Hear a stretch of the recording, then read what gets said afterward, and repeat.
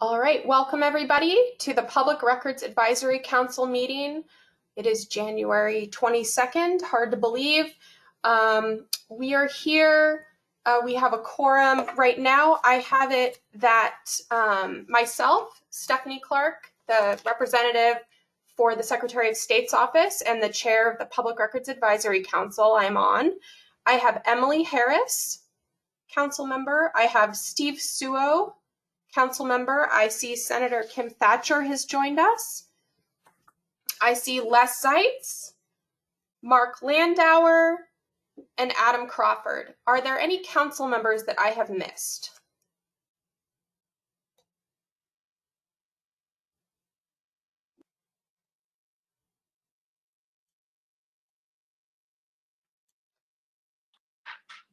Can you guys hear me?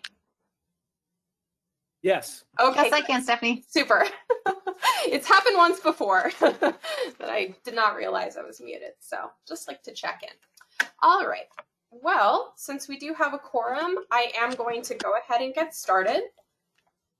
The first thing that I'd like to do, oh, I see Rob. Hello, Rob. We've got Rob Bovet, who has joined us, another council member.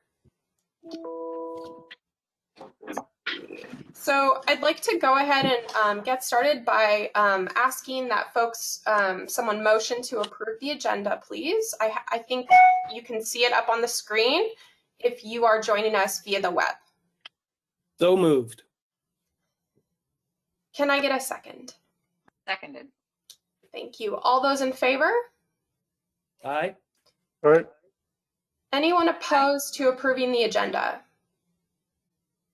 No. Okay. And so for those calling in, our agenda today is to approve the agenda, to approve previous meeting minutes, to discuss bills relating to public records, and I will allow public comment. Let's see. All right, I did send out the meeting minutes for the October meeting. They've been up on our website. I will say last meeting, we got some feedback from the public that a public member would like more detail to be included. Stephanie? Yes. Sorry, Mark Landauer. Sorry to interrupt, but we have a distinguished member who just joined us, and I think it might be nice to get a few words from our new Secretary of State. Oh, I see. Okay. Secretary Fagan has joined us. Hello, Secretary Fagan. Thank you for coming today. Hey, Stephanie. And when Mark said distinguished, I knew for sure it wasn't me. Hi, Mark. Good to see you. Hey, I'm going to let Stephanie carry on. I'm Shamia. I use she, her pronouns. As most of you know, I'm our new Secretary of State. I'm also my Deputy Secretary, Cheryl Myers, is on as well as our Senior Advisor, Molly Woon, is somewhere on here. And then, of course, Stephanie is with our team as well. And so she's going to be presenting a lot of concepts, obviously, today. And we just want to, in a more than symbolic way, let folks know that she has our full support. We're definitely making transparency and accountability a cornerstone of our administration, and look forward to working with each and every one of you. And with that, Mark, thanks for the nudge, and Stephanie, take it away. I don't know if Deputy Myers or Advisor Molly Woon would like to say anything either.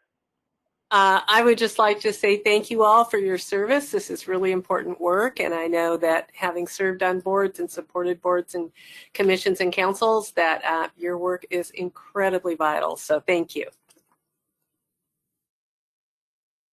All right, thank you. And thank you, Mark. I'm juggling a lot of things at the moment, so maybe would not have noticed Senator Fagan or Secretary Fagan had joined us in the meeting. Okay. So as I was saying before, we did have some public comment last time that the meeting minutes should be a little bit more detailed, and so I have done that for the October meeting minutes. And hoping that folks have had a chance to look over those. They were up online for quite a while too. And as always, we do provide the recording of the meetings for those who would like to listen to the entire discussion. And then I do offer the summarized meeting minutes as well that summarize each point and actions that were taken. So if folks are okay with this, I'd like to ask someone to make a motion to approve the previous meeting minutes from October. So moved. Thank you. Can I get a second on that? Can I ask you a quick question, Stephanie? Sure. It's Emily Harris. I appreciate your revising them from the suggestion, the desire of the whoever suggested it from the member of the public. I was actually just wondering if like, what should I look at to compare them? Is it the September meeting minutes would have been sort of what was a little more bare bones? Yeah, that's a good example. And it is my intention to go back and add more detail at some point if I have time to do that to the September meeting. That is on my list. And then at that point, I would bring those before you folks again to approve those September ones. Okay, yeah, I just did this. I second it. Okay, thank you, Emily. All those in favor of approving previous meeting minutes? Aye. Aye. Any opposed? No. Okay. Moving on to the next item, I want to do a little bit of a preamble before we launch into full-blown discussion about all of the bills. We did have some legislative activity in December. As you might remember, Todd Albert and I were asked to come and present to the Senate Interim Committee on Government Accountability and Information Technology. I think I got the name of that right. We were asked to present the PRAC's biennial report, which we did. Todd was nice enough to take most of the questions for me. And I think it went well. I think we got some good interaction there, and hopefully that continues and those interactions continue into the long session. Let's see. So the format that I would like to take for discussing the bills, there are so many public records bills, and thank you, Todd Albert, for continuing to populate that spreadsheet. My goal for this meeting for today, because I'd like us to wrap up around 4, just out of respect for people's time, what I'd like to do today is focus on 4 bills that specifically call out or name either the Public Records Advocate and or the Public Records Advisory Council. And if we have time at the end, I'd be happy to open up this open discussion about the remaining bills. I think there are a dozen more, I think 4 or 5 pages of them on Todd's spreadsheet. And if we have time at the end, we can open up discussion. And it will be my intention going forward to create more meetings as we get into session and allow for more discussion and more input from you kind folks to empower me as the chair to go and speak on your behalf if there is more activity related to those other bills. So I think where I would like to start today would be to ask Adam Crawford to talk about House Bill 2029, which is the PRAC Independence Bill. I've got it up here. Hopefully folks can see my screen. And we might use that starting point conversation and then talk about our own Senate Bill 500, which was the PRAC Independence Bill that our fine group proposed. So Adam, with that, I'm going to let you take it away and speak with the council about this bill, House Bill 2029. Excellent. For the record, this is Adam Crawford, Executive Relations Director for the Department of Administrative Services. You'll see before you House Bill 2029. This is the one that we discussed in previous PRAC meetings. Basically, this is the vehicle that we were otherwise suggesting to separate the Public Records Advocate from the Department of Administrative Services. You'll also notice that there's some differences between this bill and Senate Bill 500, Senator Thatcher's bill. So there's no intention, at least on our part, to do anything differently than what is otherwise requested or wanted by the PRAC. So from my perspective, our bill was an opening bid just to make sure we had a placeholder that we could amend. I'll be frank with you, if the will of this body is to drop this bill like a hot rock and then focus on Senate Bill 500, I am totally okay with that. Part of the reason I mention that is given the constraints on the current legislative session, both on time for committee management and making sure bills are heard, I think there could be some value in just focusing on one vehicle to address this concern rather than trying to put your efforts into multiple. So with that, happy to answer any questions. But that's our opening bid. Thank you, Adam. And so I will call on folks as you speak up, starting with council members. If you have comments on your own thoughts on what Adam has shared with us, if you want to type in the chat that you'd like to speak, you can do that as well, whatever you prefer. Well, this is Les Seitz. I have a question. Great, Les, please go ahead. So, Adam, what do you see as the material differences between your draft and Senator Thatcher's draft? It seems like I agree with you that we ought to just put all of our eggs in one basket because that basket has a better chance of getting through. But what do you see as the material differences where we ought to be focusing our attention? Thanks. Frankly, there's not a lot of similarities. I think there's some wordplay here that are some specific words that as we go through this, it's going to be really important that all sides agree what they mean. And so when I think of some of these differences, whether we're talking about making sure the fund is set up properly, making sure there's agreement on basically the structure internally to the Public Records Advocate Office. There's not a lot of differences. Frankly, a lot of these are just, as best I can tell, Scrivener's changes between, it could just have been that the same drafter wrote the bill at slightly different times during the drafting process. So I don't see policy changes, but this is one of those ones where I want to make sure we do it right. And so we all have agreement. So I don't know if that really answers your question, but I don't see huge policy differences. Well, I'll ask a more specific question then, if I may. Yes, please. So why don't we start with the language in section 1, that there is minor differences between the two on the language creating the independence. I guess I need Adam or somebody literally smart to tell me the difference between those two, because that is sort of the crux of this revision. So I'd like to know the distinction between the House bill and the Senate bill on that section.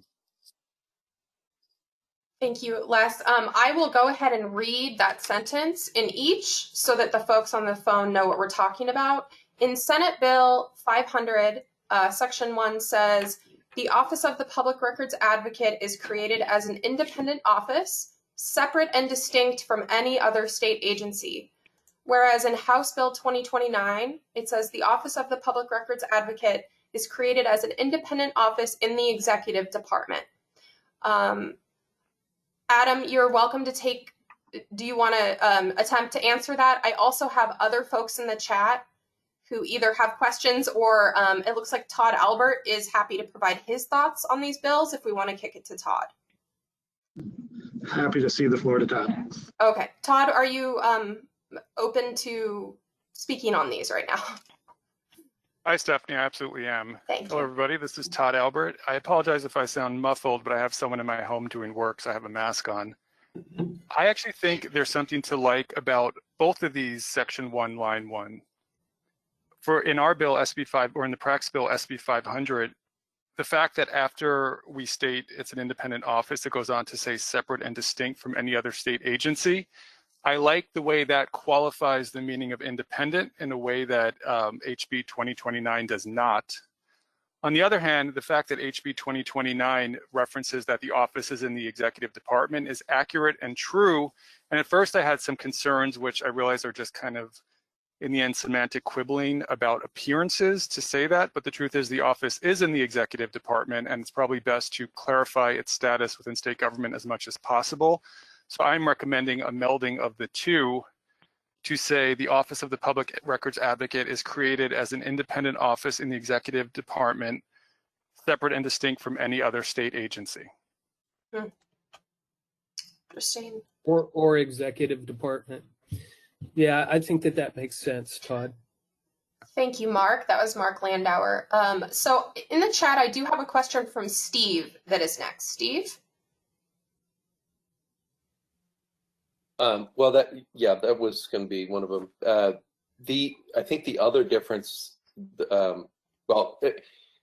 maybe there's more to discuss about section 1, but at some point the other difference I think is just in that we kind of in 500 I think we kind of punted on the funding mechanism, and this bill lays it out, and so I'm kind of agnostic as to which is better. I frankly have sort of forgotten the debate that led us to leaving it out of our version. I think potentially there are merits to including it, but I'd love to hear, I guess, both Todd's and both of your thoughts on that.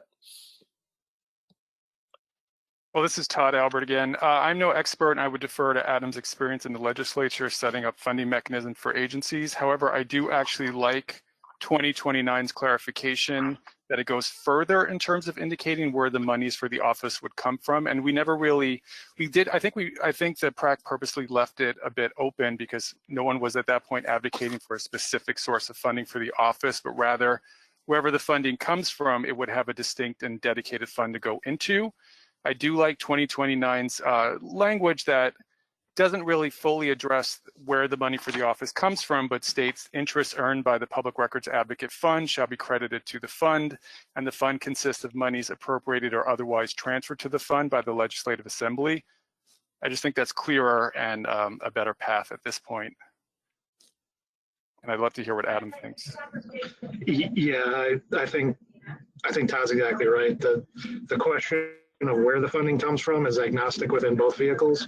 The language you see in 2029 is basically some fairly basic boilerplate that as you stand up you don't stand up a whole lot of new agencies in a biennium, but as different programs get stood up that you want to create administrative clarity around, you just stand up a fund, you put some regular language around it about making sure that money is continuously being appropriated. And so really I don't know that there's a whole lot of difference between either one, but we basically just ask that they put in the normal fund language into our language. Okay, thank you, Todd and Adam. Emily, do you have a question about this topic or something completely different? No, so this topic, the financial question was the main question I had, and just trying to understand in SB 500, like if it doesn't spell out that the money comes from the Legislative Assembly, like where does it come from? But anyway, that seems to be clear. I didn't quite understand, Todd, your recommendation of exactly what you'd recommend in the section 1. The Office of the Public Records Advocate is created as an independent office within the executive department, separate and distinct from any other state agency. And then I think Mark had chimed in that this is where I wasn't quite sure I understood, including the executive department. Anyway, I just would like to get a clear, like an exact understanding of what you're proposing as the merger language. I know that's like going to be reworked again, but could you address that? Hey, it's Todd. Sure. I had said, or at least I think I said, and then the Office of the Public Records Advocate is created as an independent office in the executive department, separate and distinct from any other state agency. I thought Mark was suggesting put executive or in the executive department at the end, but I don't want to speak for Mark. Mark? Okay, maybe I should ask Mark. Mark. Sorry, mute problems. Yes, that's what I was referring to, Todd. Thank you. Wait, so were you saying it would be? Did you want to add in words that said it was separate and distinct from any other state agency in the executive department, or including the executive department? That's where I got a little lost with the muting. In the executive department. I see. Yeah, this is Todd again. It is the office is in the executive department. It's just an Right. independent body within it. So I think it is better to clarify that somehow. That it is independent within the executive department. Correct. Yeah. Okay. Yeah, Mark, I thought you had said you wanted to say it was separate from an agency, including the executive department, and No. that got a little circular. Thanks. Because as Todd correctly points out, it's going to be in the executive department. It's certainly not going to be in the judicial or legislative branch. It's got to be there. There are only 3 places you could put it. Yeah. Well, I suppose you could put it somewhere else, but then they wouldn't be necessarily eligible for a state budget. So I think keeping it in the executive department, independent of other executive agencies, is the proper approach. So, Mark, this is left side. So would this language work? The Office of the Public Records Advocate is created as an independent office within the executive department, separate and distinct from any other state agency.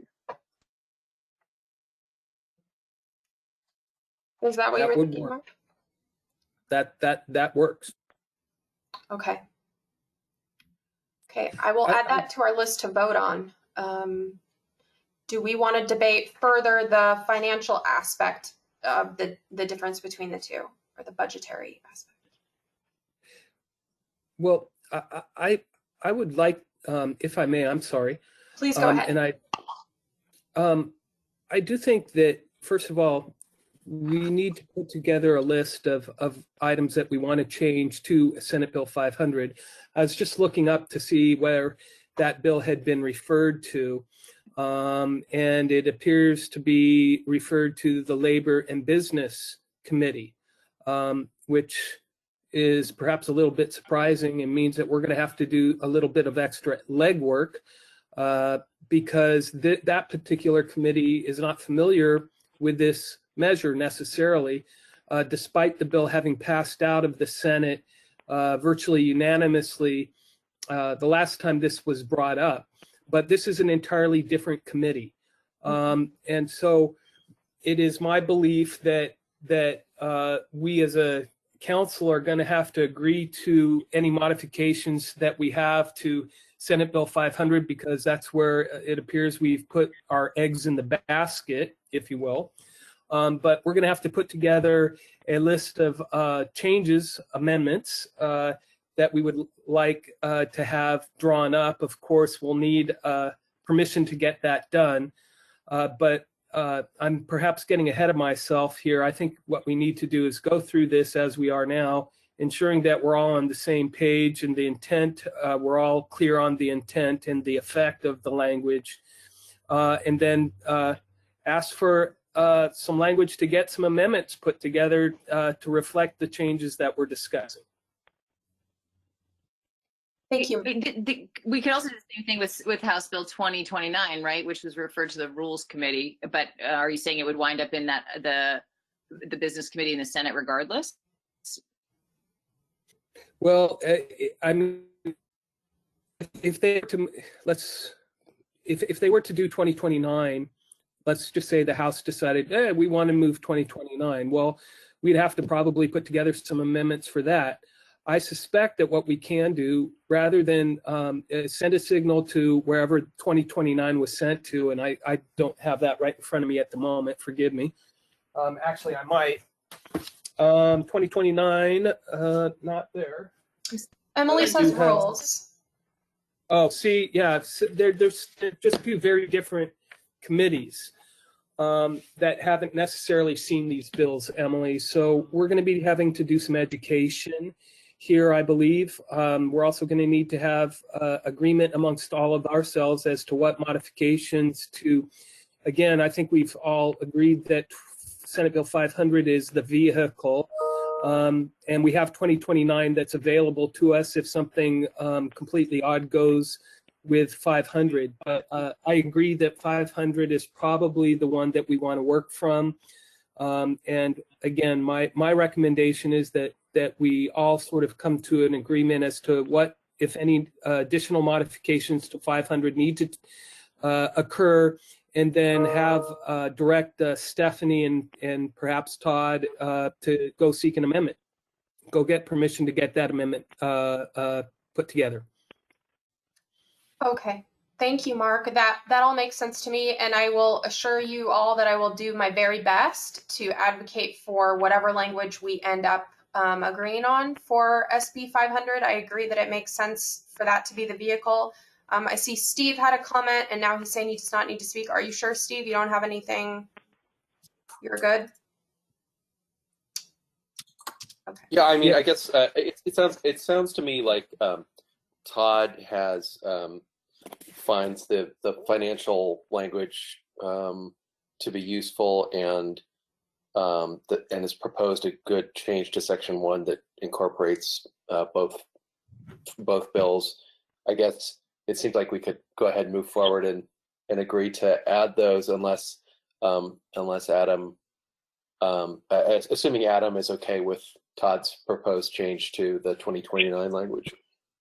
Okay, we do have a message from Senator Thatcher. She says in the chat, I can request the bills go to the government committee, and I'm sure the chair might probably agree to ask the same thing.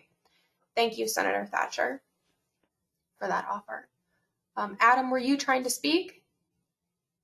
Only just want to say that happy to make any changes that this group agrees with. The only other thing, if and Senator Thatcher has just allayed that concern, we're using a bill that she introduced, and I wanted to make sure she was okay with that. So anyway.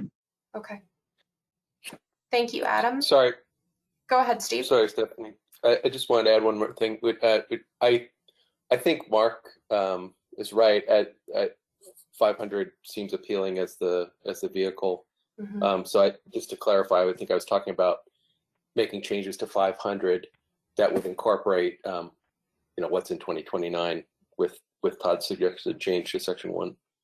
Great, thank you, Steve. Yeah, and Senator Thatcher does say in the chat, I want to do the will of the PrAC, whichever bill. Thank you, Senator Thatcher. That's very helpful to know that, to hear that. Did someone else have something? Yeah, this is Mark again. So I just looked up the committee makeup of the Senate Labor and Business Committee. It is chaired by Senator Riley, which does provide me some relief in the sense that he's familiar with this topic because it was before his Government and Information Technology Committee. The one thing that does give me a little bit of pause is that Senator Thatcher is not a member of that committee. So I don't know if it makes much of a difference. The bill has been referred to a committee that is different than it had been referred to in the past, and that's not terribly unusual. But I just wanted to make sure that the council was aware that despite Senator Thatcher having been on the Government and Information Technology Committee previously, she is not a member of the Senate Business and Labor Committee. But I don't think that really much of a difference. She's obviously been very involved in the work that we've done in the past, and like to extend my thanks to Senator Thatcher for her willingness to work with the council to make this bill better than what it is at the moment. So I appreciate it very much, Senator. Thank you, Mark. I would echo that. We do have Todd asking to make additional comments regarding 500 versus 2029. Please go ahead, Todd. Thanks, Stephanie. It's Todd Albert. So I discussed 2 tweaks to 500 that I think would be beneficial to the bill based on language that was in 2029. I do have one more if you'd like me to discuss it. And if the PrAC does intend to go forward with keeping 2029 as a viable alternative bill, I have 2 suggestions about changes that you might want to see in that bill as well. Great. Please share your third suggestion. Okay, so then in SB 500, Section 7 discussing the advocate's ability to hire staff. For whatever reason, when this version of 500 was drafted, it removed language about the advocate hiring additional staff beyond a deputy. Mm-hmm. And I don't know if that would impede my office, the ability of my office to hire additional staff should we ever get funding for that. But at the same time, I wouldn't want to preclude that possibility because the statutory language creating the office is so narrow. So I'd really love to hear people's input on that because 2029 Section somewhere in 2029 speaks about the advocate also hiring other staff that I would like to put back into 500. This is Mark. If I may respond to that, Todd, I think that's a completely reasonable request. I do recall that language, and I think that giving the public record advocate some flexibility in hiring, particularly if the public records advocate's budget is suitable to be able to hire additional staff. So it would be my intention to support Todd's request on that point. Thank you. That makes sense to me. I want to acknowledge, I believe Scott Winkles is now on the call. Hello, Scott. And Hello, sorry I was late. no problem. No problem at all. We are discussing the merits of House Bill 2029 versus Senate Bill 500. We've been assured by Adam Crawford that he is happy to recommend changes that we approve for House Bill 2029. And Senator Thatcher has expressed her support in helping advocate for changes that we might find that we need to Senate Bill 500. There have been 3 proposed changes to Senate Bill 500 from my recollection during this meeting. The first would be to change Section 1 to read, "The Office of the Public Records Advocate is created as an independent office within the Executive Department, comma, separate and distinct from any other state agency." And then there were 2 suggestions by Todd Albert of bringing over some language from House Bill 2029 that specifically addresses the budget and the staffing, the ability to hire additional employees in the office. If other folks have thoughts to share on this, now is the time to bring those comments forward, please, council members. Anyone else on those 3 items?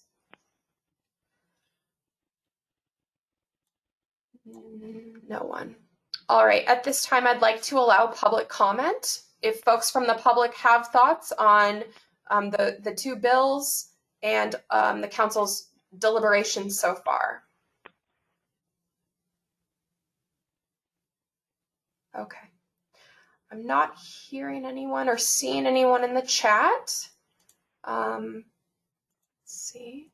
So I think I would like to propose a vote, if folks are ready to do that, on those 3 changes to Senate Bill 500 that I just laid out for you all. Does anyone have questions on what we would be voting on?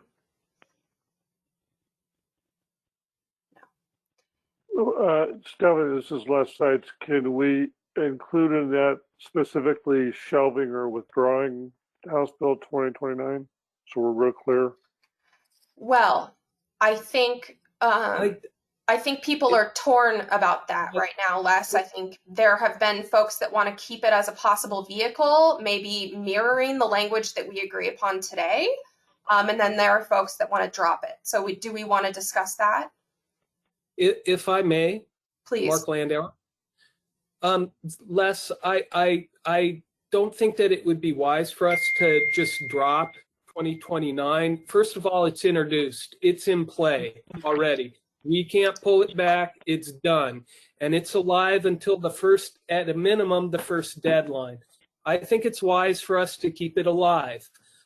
This is an extraordinary legislative session under extraordinary circumstances. And I just think it would be wise for us to keep our options open because, again, we're sort of going into uncharted territory in a lot of different respects. And I just think that having as many options available to us is a wise course at this point. I also believe, honestly, that the Legislative Assembly is going to be looking to us for some guidance on this. I'm sure they have their own opinions, but I do think that if we go to the members of the committees that hold these 2 bills and say, can you please hold off on 2029? We think that 500 is probably the vehicle. I think that the chair people of those committees are going to be accommodating. That's just my feeling, again, and just my humble opinion. Thank you, Mark. I want to note that Senator Thatcher has a comment that says, I have another suggested change to Section 1, Senate Bill 500. Yes, please go ahead, Senator Thatcher. Thank you.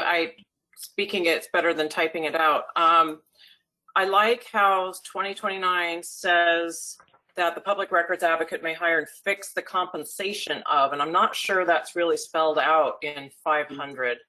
Mm-hmm. May want to consider that as well. Great, thank you. Todd, did you have a comment about that?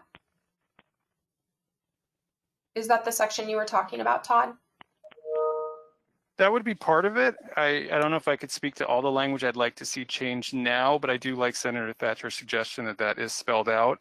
My focus was more on, in 2029, what is currently Section 7B, the public records advocate may hire and fix the compensation of other professional staff. I thought that was the part that was missing from SB 500, but I do think Senator Thatcher's point is a good one and should be taken into account in any amendments as well. Yeah. Okay, great. Did someone else have a comment? No. Steve has a comment. Go ahead, Steve. Sorry. Yeah, I was just going to say, as to Les's notion of dropping 20 and 29, it sounds like Mark. I think what Mark said makes sense. I mean, about multiple vehicles, and I think basically if we can get to a point where we have identical bills, both of which we, that reflect the changes that we want to make today to 500, then whichever one passes makes no difference. So I guess that it sort of depends on what Adam thinks about ultimately, like, and maybe we want to say, like, we support asking the governor to make conforming changes to 2029 to match 500. Thank you, Steve. As amended.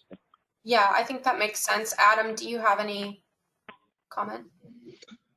No, happy to make whatever conforming changes. Understand that we might want to have two identical vehicles depending upon what happens. I think what I can tell you is that depending upon the recommendation of the PRAC today, I'm not going to be lobbying for 2029 to try to get a hearing or anything like that. If the agreement is we're going to be focusing on Senate Bill 500. So yeah. If for whatever reason there starts to be issues with that, we'll have 2029 as a bolt hole if we need it. But at this point, I think focusing whatever edits are good on that, and then with the assumption being that if for whatever reason we need to create an amendment to 2029, I'm totally open to that if and when that becomes necessary. Thank you, Adam. I appreciate that. Les, does that make sense? Are you in support of that method? Yeah, I don't have any heartburn with that approach. Okay. I was just trying to make sure that whatever we do, we're clear about what we're doing. So I'm fine. Okay, great. Thank you, Les. Does anyone have any other thoughts about the three items that I highlighted and the suggestion from Senator Thatcher as well about recommending that as an amendment to Senate Bill 500? Are you ready are you ready maybe perhaps for a motion so we can put this behind us? In 1 second. Senator Thatcher has said in the chat, also in House Bill 2029, it adds that DAS would provide facilities and administrative staff, which seems like a change from the current setup with SOS Office thoughts. I will answer that one. So Senate Bill 500 appears to remove the language altogether, where the office, I'm on the wrong one, where the Secretary of State or the State Archivist may furnish office facilities, it does not replace it with anything.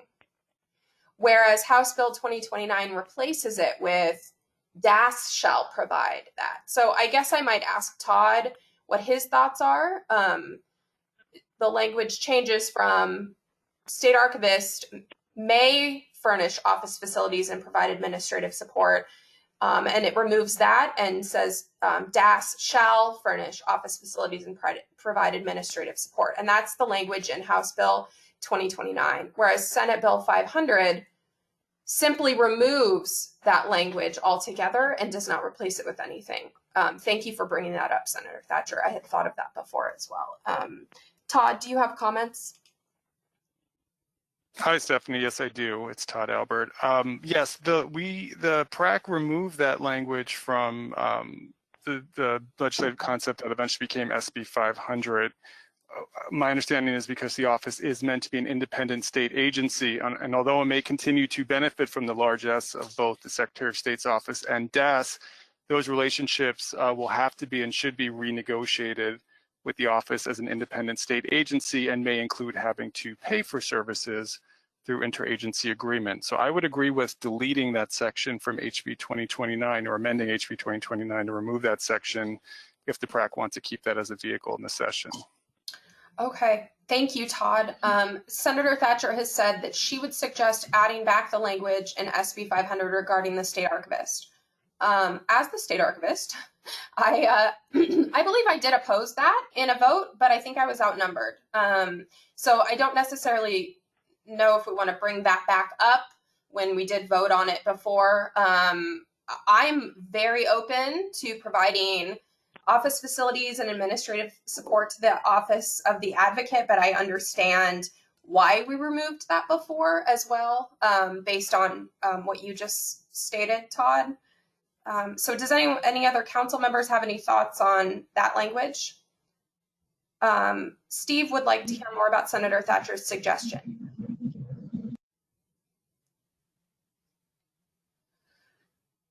Senator Thatcher, would you be willing to talk about that a little bit? Yeah, sorry. Thank you, no problem. I guess I do vaguely remember that there was a discussion about how absolute clear-cut independence do we want for this office. And either way, I mean, DAS, state archivist, I guess it's sort of a toss-up, but it kind of, I don't know. I don't know. I just, once you brought up the fact that there was a discussion about it, I got kind of like went on and I went, okay. But it does seem like there needs to be something said. I kind of like the fact that it is with the state archivist and, public records, and you are the keeper of all the notes pretty much, and public records. So I'm wondering, does it hurt our independence by going with DAS as opposed to the state archivist, or is it about the same? I'm just throwing it out there.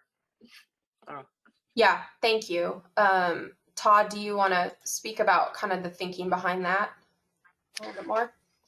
I do, respectfully, Senator Thatcher. The reason I support eliminating this language entirely, or perhaps alternatively putting in that DAS and SOS may offer services, is that this is a decision that should reside solely with whomever's in the office of the Public Records Advocate at that time.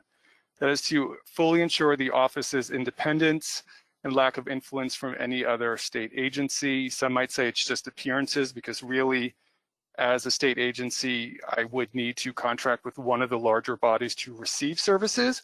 But I could actually be so bold as perhaps approach OJD in a situation similar to what the Colorado Child Care Ombudsman does to receive their services, and perhaps work with their IT staff, admin folks, etc., to ensure full independence. So I just think in order to forward the goals that the PRAC previously stated, we should be as clear as possible. And again, either kind of put everyone on the table as a maybe, or remove that entirely and let the advocate kind of find their own path for the office.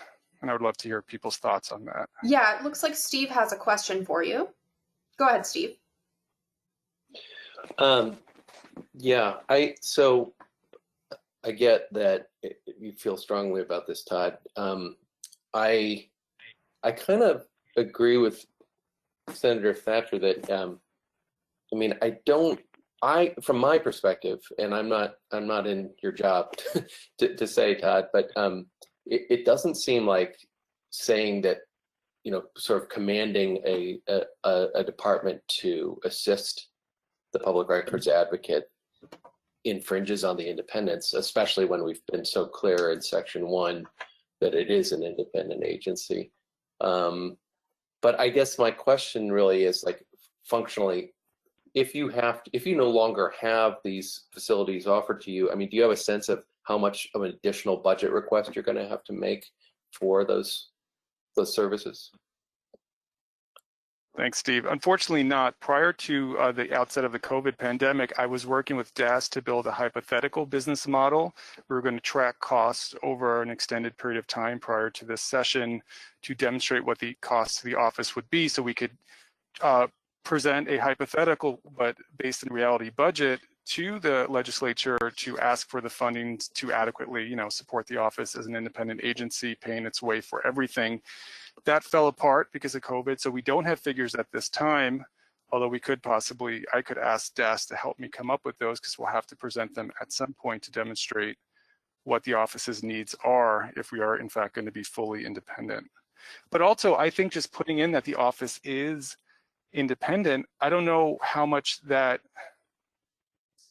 would prevent SOS or DAS from offering the services outside of an interagency agreement that spells things out and maybe requires payment. I really don't, but that's something to keep in mind.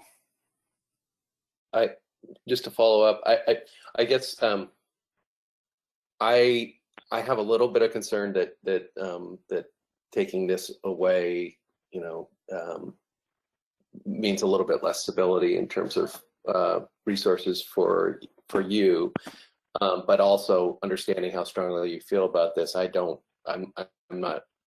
wouldn't oppose what you're suggesting. What I don't think we should do is change it to May, because I think that just confuses things. I think either we get rid of it or we keep it. It looks like Mark has a possible solution. Yes, Mark? Todd, you know, the legislature, and I think Senator Thatcher and Rep. Power, if she was here, would admit that the legislature creates an awful lot of task forces and committees and things of that nature. And I see you trying to not crack a smile there, Senator. The state does have boilerplate language for these, and one of the provisions in those boilerplate task force bills is that the agency can seek assistance from other departments, and maybe that's the solution, is that you say that the agency is independent but can seek the assistance of other state agencies at the public records advocate's direction. I don't know if that necessarily threads the needle here. I'm just attempting to try to thread the needle, and that may be a possible solution. Thoughts? If I may, Stephanie? Yes, please. Yes. Mark, I like that suggestion. I do think it threads the needle and kind of shifts the focus to the advocate attempting to direct the office, but still achieve appropriate services, as Senator Thatcher brought up. So I think language to that effect or similar is a good idea. Okay.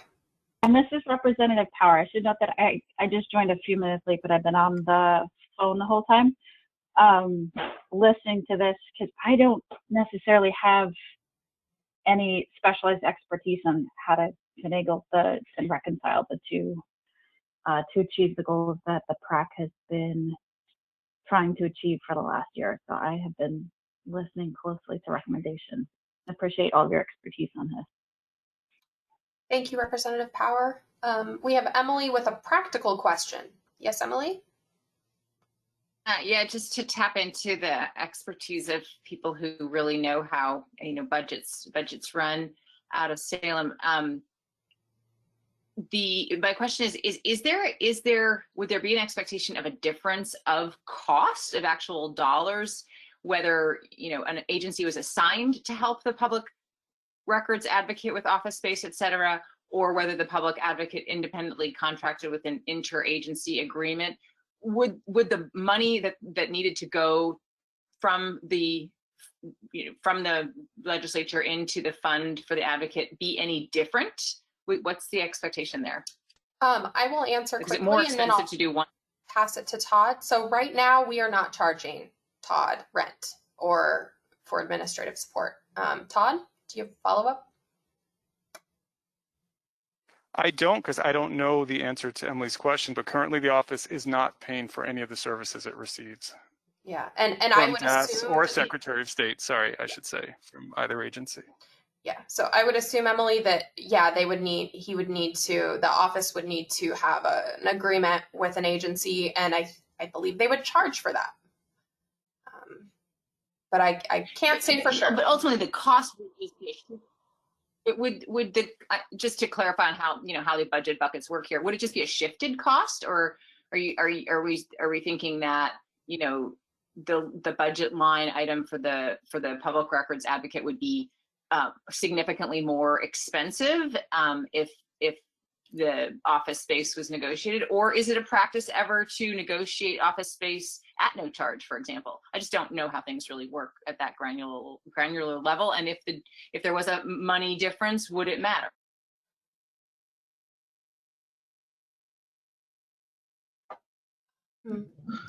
So this is Adam. Thank you, Adam. You've got a couple questions there. It depends how far you want to go down this rabbit hole.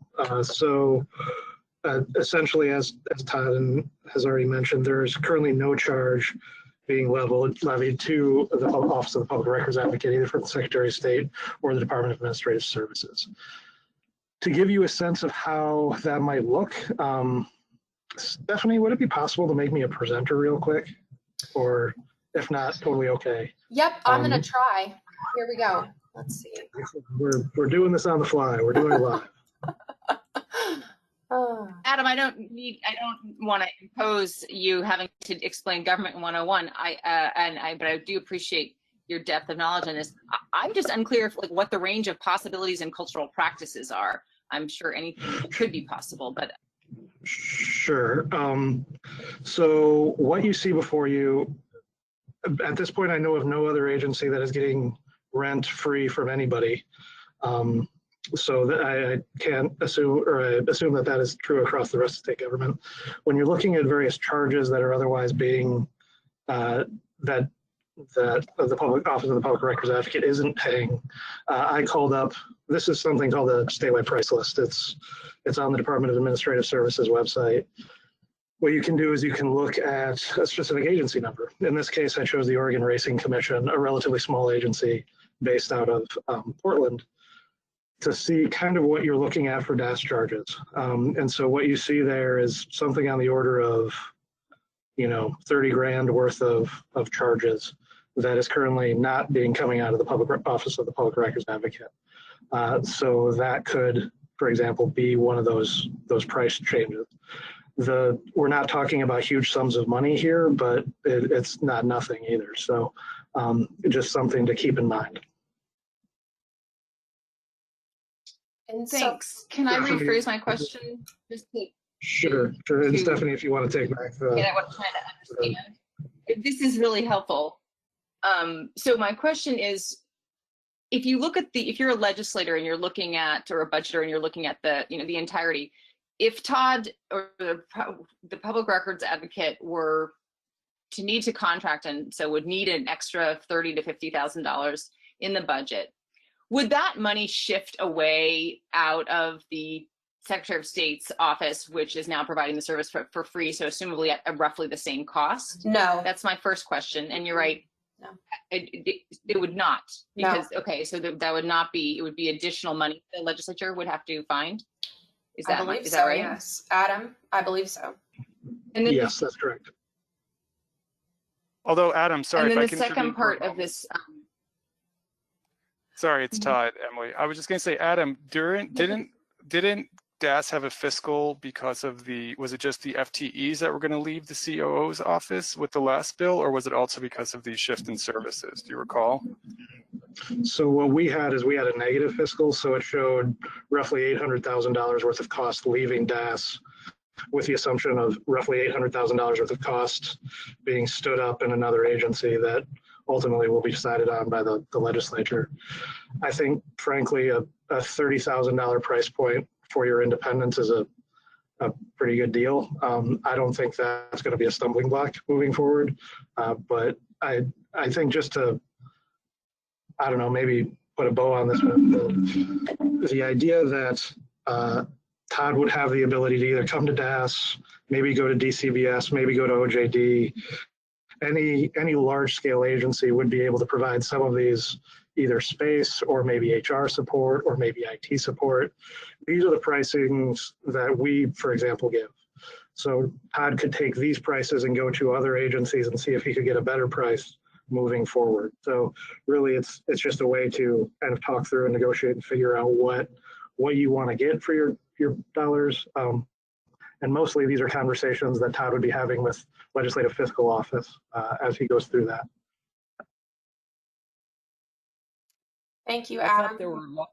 thought there were laws against bid shopping.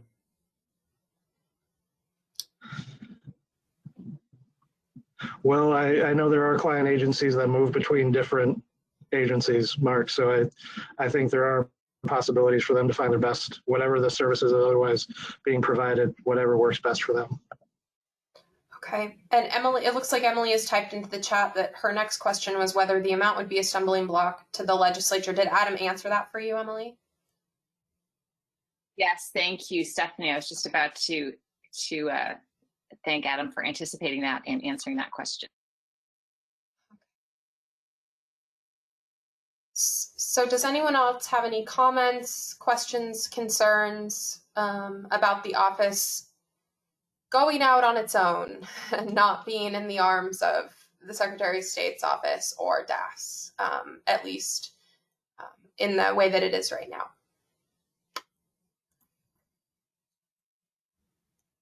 Anyone have comments about any of that? Todd, do you feel like you were able to speak satisfactory on that issue, or did you have more you wanted to share? Thanks, Stephanie.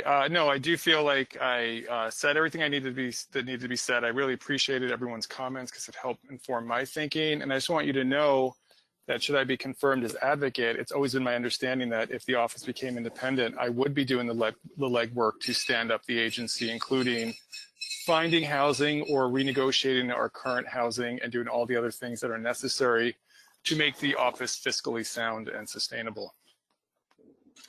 Thank you, Todd. That's great to hear. Does anyone have anything else on that? Okay.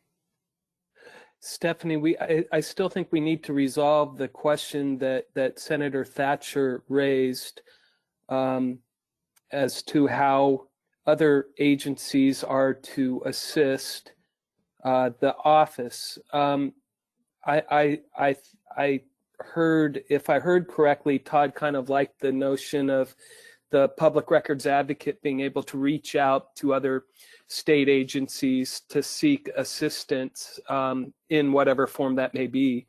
Todd, if that addresses your concern as well as the senator's concern, I would think that we have largely reached a consensus at this point. But again, I'm looking to both the senator and Todd to see whether or not the sample language that I kind of threw out there would achieve the goal that we were hoping to get to, so that we can perhaps move on to our next bill. Yeah. Todd, do you want to weigh in on that? There's been so much discussion. I kind of want to understand where your thinking is at this point. Would you prefer to leave that removed as it is in Senate Bill 500, or would you like to add Mark's suggested language of, either DAS or Secretary of State could offer that service? If I may, Stephanie, Okay, it wasn't please. really that Okay. it wasn't necessarily that It was more of if the public records advocate seeks assistance from other state agencies, those state agencies shall assist the public records advocate, or something to that extent.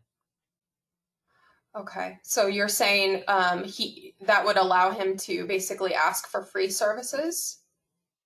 No, I'm not Okay. saying I'm Oh, not saying for free. Oh, I'm okay. just saying if the public records advocate needs assistance from another state agency, state agencies are directed to assist the public records advocate.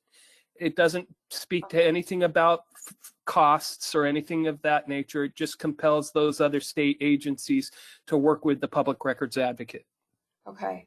Can I ask Adam a question about that language? Adam, would that make you think, reading language like that that agency would be required to provide that in the way that I am right now? Or would that be clear to you as someone reading that it would be a contract or an agreement sort of situation? Because I don't want to make this more confusing for everyone. That's fair. I think either way works. If I were to read that agency shall provide supplies, I don't read agency shall provide supplies for free or anything like that. So I think that would just be a tacit understanding that Todd would have the ability to go out to various agencies to figure out what fits best with the Office of the Public Records Advocate, and that agencies have the authority to enter into those contracts. Okay. Todd, do you have anything to add? I want to make sure you're being heard. Thank you. Back to Mark's original question and point. Yes, Mark, I would most like your suggestion reframing the whole issue as the advocate may seek out these services from other state agencies. I do not think it obligates any agency to provide services. It's wholly discretionary, but again, because this whole thing is about independence, this is just another gloss of like expressly overstating that the office is independent and makes its own way within the executive department to the extent possible. Okay, so the language we're now all discussing is the advocate may seek out those services, that sort of language. Yes. Okay. Okay, and I am a few comments behind here. I apologize to those who've been typing away in the chat. So it looks like Senator Thatcher is asking also, or commenting, different topic, different section. Section 5 of Senate Bill 500. Let me go ahead and scroll down to that. Where it says any actions taken by the Public Records Advisory Council before the effective date of 2021 Act to recruit and appoint a public records advocate are hereby ratified and affirmed.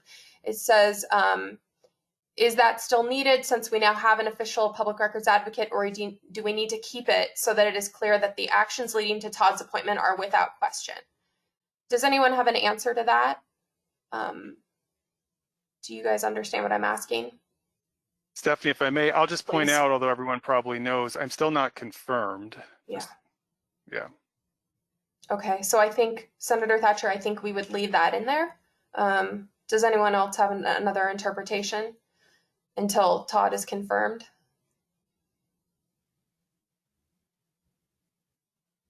No. Okay. Senator Thatcher also says, I would meld language between 2029 and 500 section 2, 3C and say process selection and appointment of a new public records advocate. So let me go ahead and try to find that. Let's see, 2.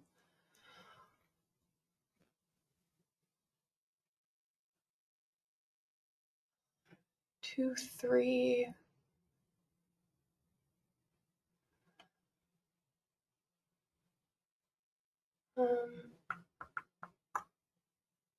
Process selection and appointment. Todd, do you understand? Oh, I see. Okay, so it would be adding the language. The council, if the office of the public records advocate is vacant, the council shall take up only the question of the process selection and appointment of a new public records advocate instead of just selection and appointment. Okay. Does anyone have any comments about adding the word process to that section? That sounds fine. That totally makes sense to me. Yeah. I do wonder, since there was ambiguity about this recently, whether, I mean, there was the one member who interpreted this section to mean that we could only talk about the question of the new advocate, until a new advocate was selected. Maybe we should take this opportunity to say in that paragraph, start the paragraph by saying, at that meeting, the council shall take up only the question. Does anyone want to respond to that suggestion? I don't know if we want to completely put, excuse the use of the word, I don't know if we want to completely handicap ourselves, folks. I do recall we went through this process. It took us quite a bit of time. And I do remember that we had a number of topics that were really on the, still on the stove.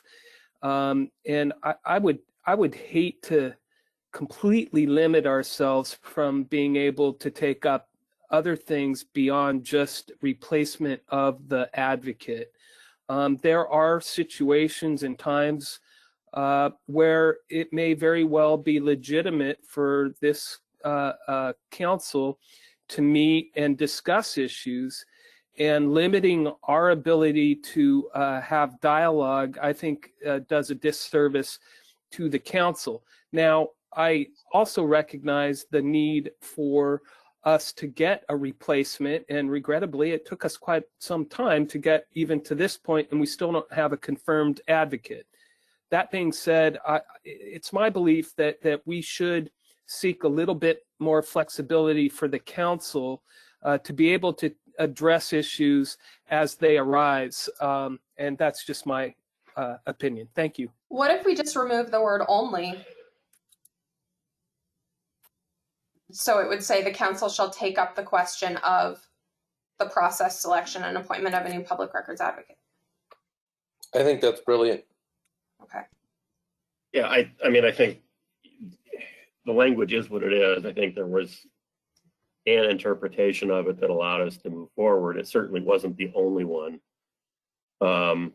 So it just needs to be clarified one way or the other. I like your suggestion, Stephanie, a lot. Thank you.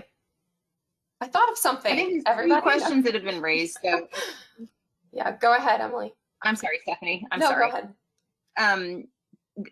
It seems there's like two things that are sort of being discussed at the same time. One is what the council should do during the entire period where the advocate's position is vacant, and what should the council do at that meeting in that's designated in section 2, subsection 3, subsection B. The council shall convene at the time and place designated by the acting chair, but within 30 days of the vacancy of the office of the public records advocate. So it sounds like people are. It sounds like there's some different ideas about whether the council should only take up the question of the appointment of the next public records office advocate is at that meeting, or whether it's in general while the seat is unfilled. So I think it could be further clarified. I agree with Mark. It was handicapping to not be able to talk about other issues while the office was vacant. So it does seem like it would be helpful to clarify. Yeah, I think, we spent a lot of time trying to sort through that when the office did become vacant. And I think that word only was the hang up for me personally. I think that removing the word only is very helpful. It means that we are directed to convene. We shall take up the question of the appointment, but it doesn't say only. And so if we happen to find ourselves trying to fill a vacancy and also in the middle of a session, which happened, then we're able to do both simultaneously. And I don't think, I personally don't read that as we have to do the entire recruitment and fill the position in one meeting. I don't, yeah, okay, I'm gonna go over to the I chat. wasn't suggesting. Oh, okay, yeah. Okay, let's see. A lot of people what I'm trying to ask, yeah. and I understand there's a lot of people that are talking about this issue. Okay. I'm not sure I made myself like understood.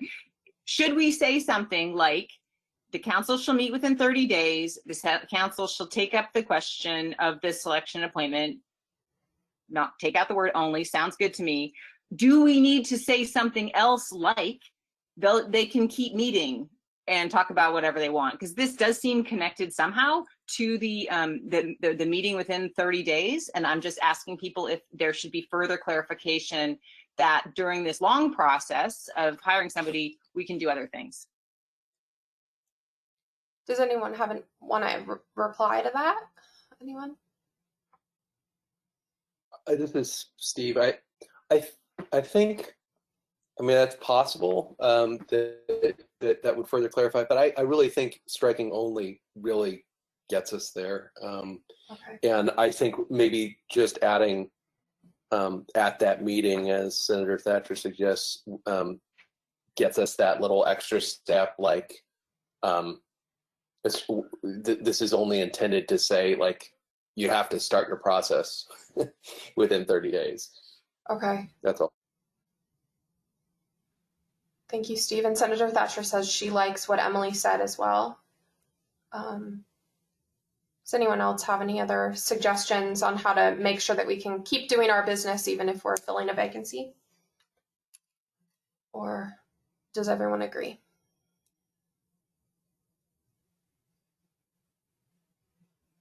No comments.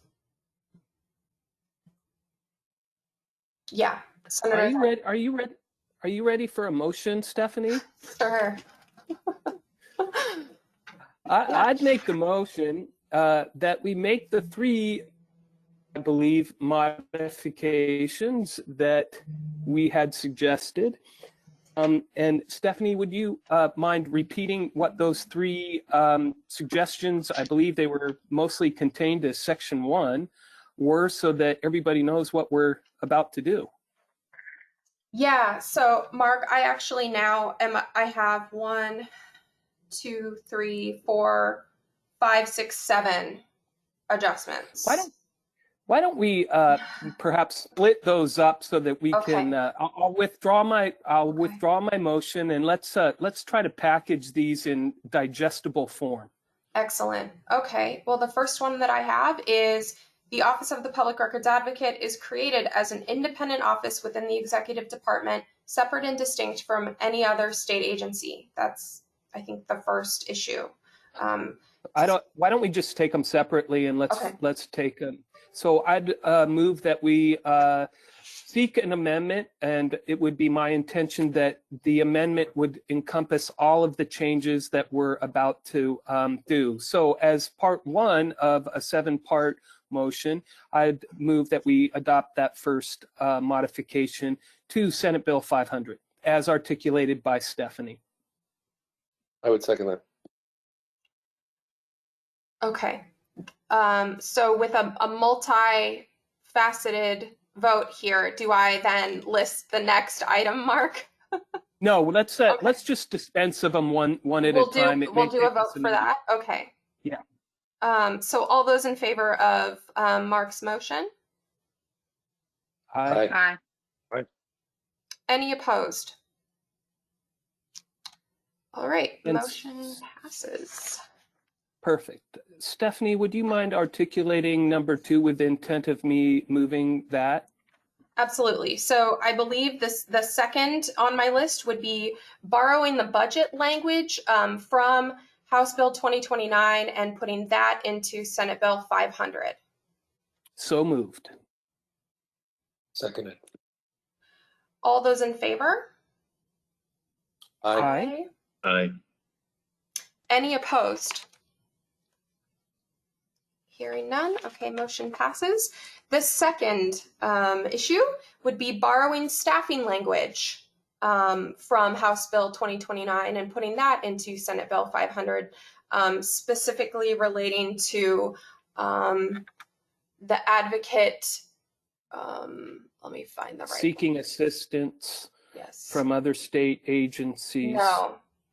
That's not this, it? No, this is the public records advocate may hire and fix the compensation of that's other right. professional staff to assist in performing the duties assigned to the public records advocate.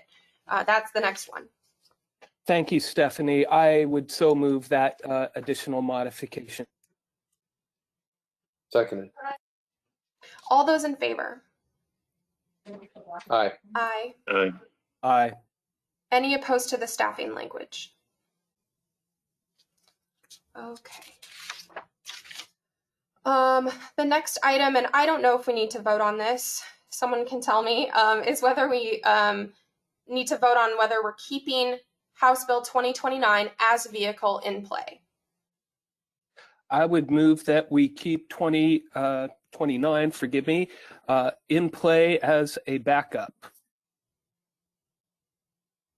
Do we want to put in language about conforming to SB 500 as Adam brought up? Emily, it would be my intent that if we had to deploy 2029, that we would seek amendments reflecting what would be amended into Senate Bill 500 so that it would be a exact duplicate. That would be my intent. Thank you, Mark. Do we vote on? Yeah. Do I have a second? Second, this is Les. So all those in favor of keeping 2029 as a vehicle to be an exact duplicate? Aye. That wasn't my motion. I'm so sorry. Actually, just to clarify that the motion would be to maintain 2029 as an option, Okay. and if we need to deploy 2029, Okay. that we would amend it to reflect the changes that were made to Senate Bill 500, Got so it. that it would be an exact duplicate. Thank you, Mark. Sorry, go ahead. Go I'm ahead, sorry. Scott. These bills are dropped. They're introduced, right? Yes.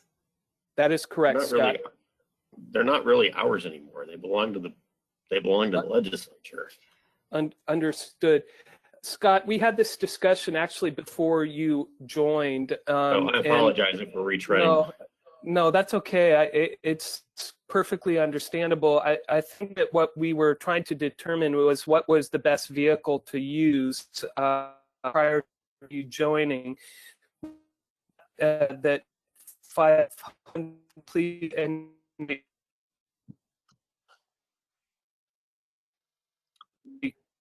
correct me if I'm My wrong. audio either We isn't- thought 500 was the best one in play. Adam had introduced much of our work in.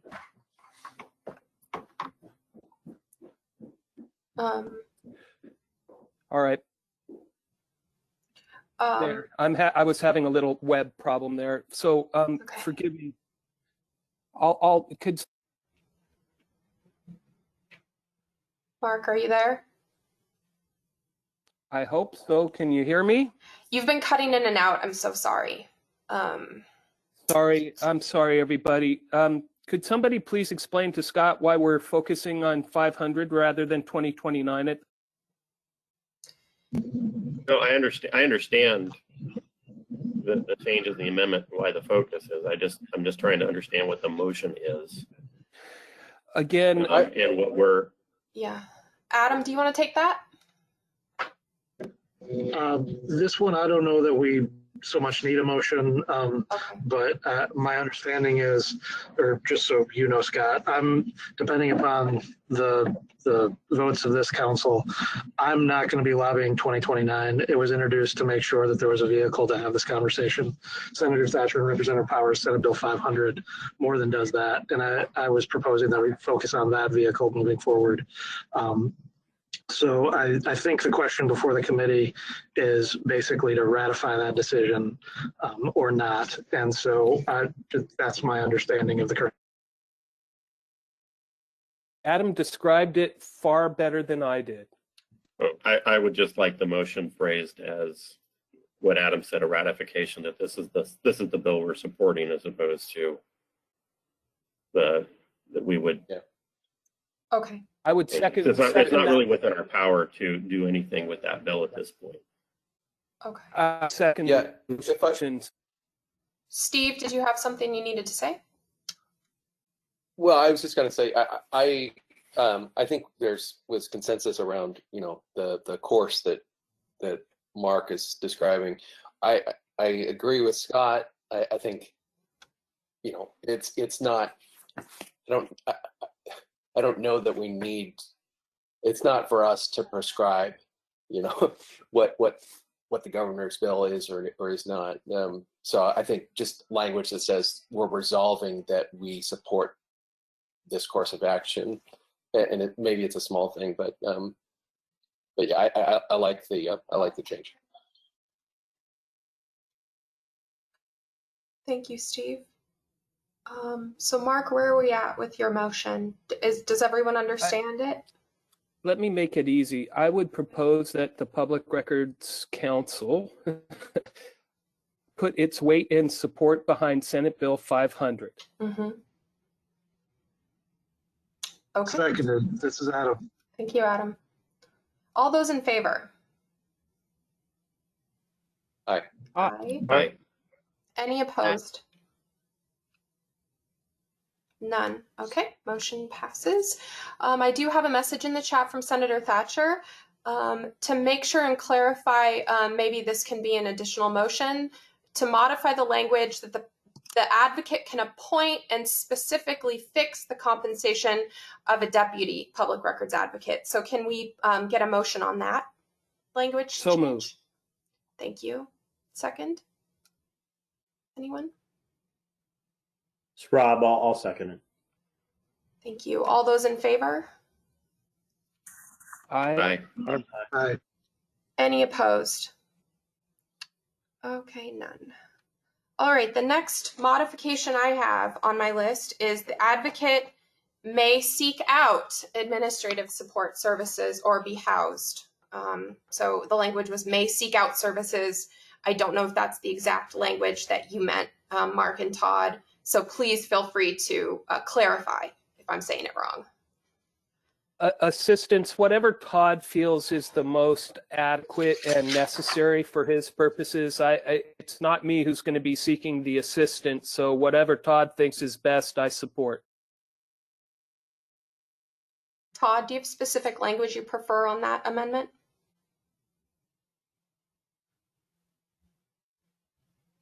I'm just trying to find the language in 2029, the shall language that's still there. Oh, here we are.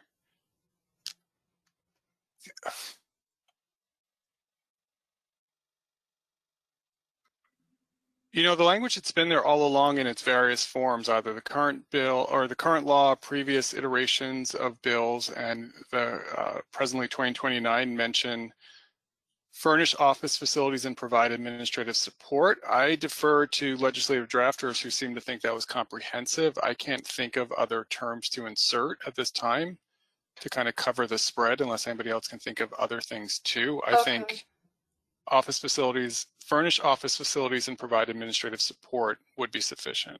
Okay, so the phrasing would be the advocate may seek out office facilities and administrative support from state agencies or something like that? State agencies. Oh, go ahead, Mark. No, that's fine. I was just going to make the motion, Todd, moving things along.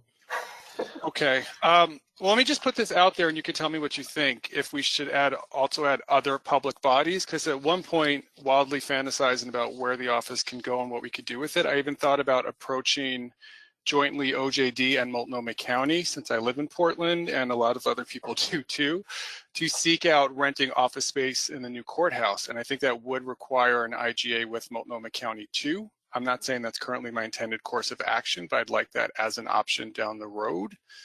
I don't even know if that's possible for a state agency or not. I just don't want to preclude any options that would help the office stay independent or find its own path within its ability to do so.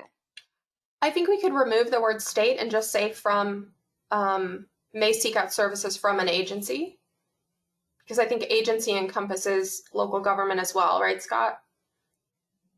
Yeah, we usually would say state agency or public or local public body. Okay. But Yeah. we've housed state tenants in one of our buildings before, so I don't think it's a huge hurdle. Okay. Did you have something, Mark? Just other public bodies. Okay. Great. So people are Was there clear. some language you proposed? I'm sorry, this is Emily Harris. Was there some language you proposed, Mark, about like, and they shall assist? I don't know if that's something that can be Yeah, I was simply, mandated.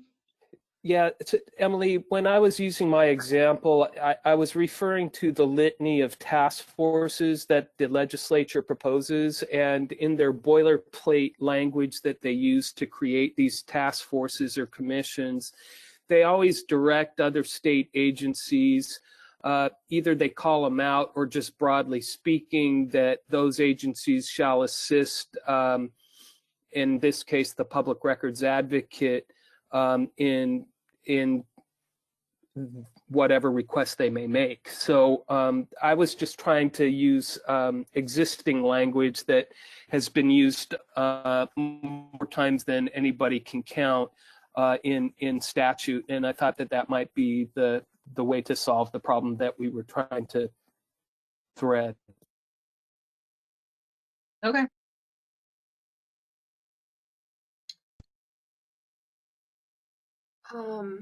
Okay, so Mark, do you want to make a motion?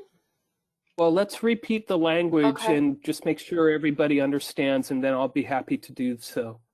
Okay, what I have is the advocate may seek out office facilities and administrative support from state agencies or other local public bodies.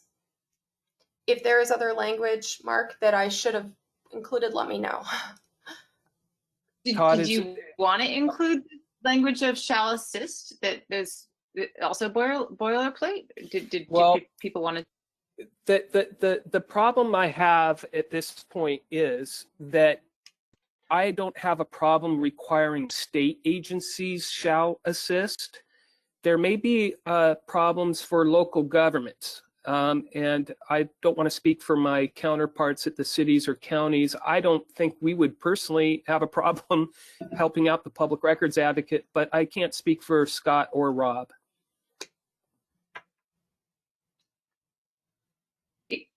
Yeah, I didn't even know if it was possible for the state lawmakers to really direct a local agency to assist a state office in that way. But maybe we should just make that state agencies shall assist. I don't know. It sounded like it was pretty standard language and maybe useful. What other? I would think if it was state agencies shall assist, and then the advocate could seek out other admin assistance from other public bodies, that would make more sense. Todd, do you have a preference? Yeah. Thank you for that catch. Stephanie, it's Todd. Well, this is way outside my experience, and I would feel funny obligating local public bodies if that isn't a current practice.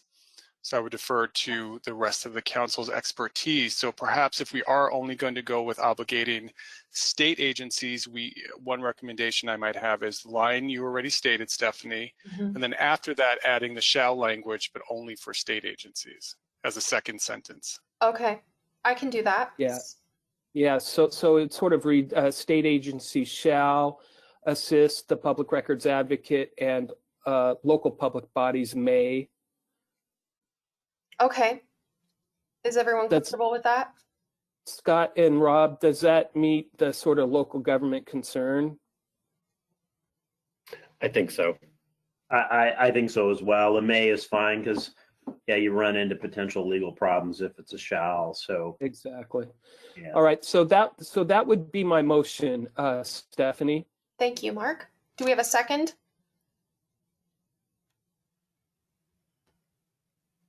Second. All those in favor? Aye. Aye. Aye. Any opposed? All right, motion passes. So the next item I have is the process selection and appointment language pointed out by Senator Thatcher. Find that.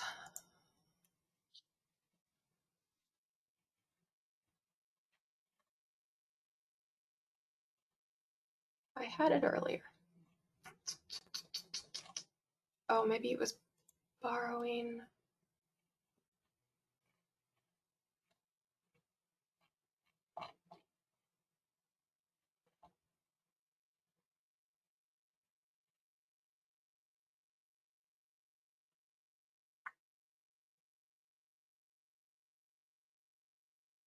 Okay, so it was.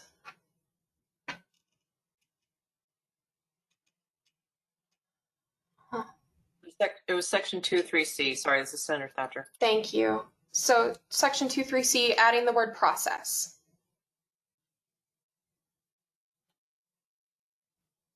So moved. Stephanie, that's the section that had that only in it. Do we want to make in one motion also taking out the only, since it's the same? I think we already had Location. that motion, didn't we, Mark? I don't think so. Oh, I'm sorry. I've got a lot of papers here. Oh, yes, it is next on my list. That's a great suggestion. Let's combine those. So moved. Do I have a second? Seconded. All right, all those in favor? Aye. Aye. Hi. Any opposed? Hearing none, that motion also passes, and those were my last two that I had on my list.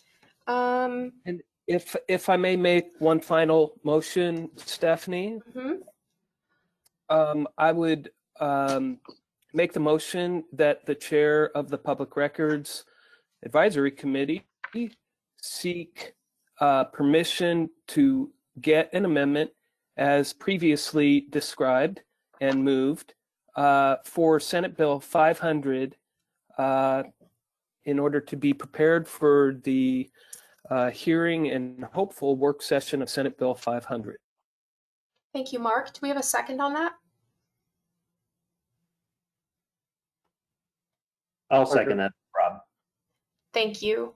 All those in favor? Aye. Aye. Hi. Any opposed to that? Okay, none. All right, everybody. Those were my first two bills. I think, thank you, Senator Thatcher. She has saying in the chat that she will write an email to Legislative Council to make sure they talk with myself and Todd, and I will be ready with those amendments shortly, as fast as I can. So that we are now. Thank you, Senator Thatcher. Yes, thank you very much, Senator Thatcher, for that. Okay, so moving on from SB 500 and HB 2029, we now have two more bills that I'd like to discuss today if we have time. The first is Senate Bill 294. So Senate Bill 294 directs the council every even numbered year to survey state agencies and other public bodies with any other information. It adds the line, any other information that the council deems appropriate, and that the council shall publish the results of the survey on or before September 1 of the odd numbered year following the year in which the survey is conducted.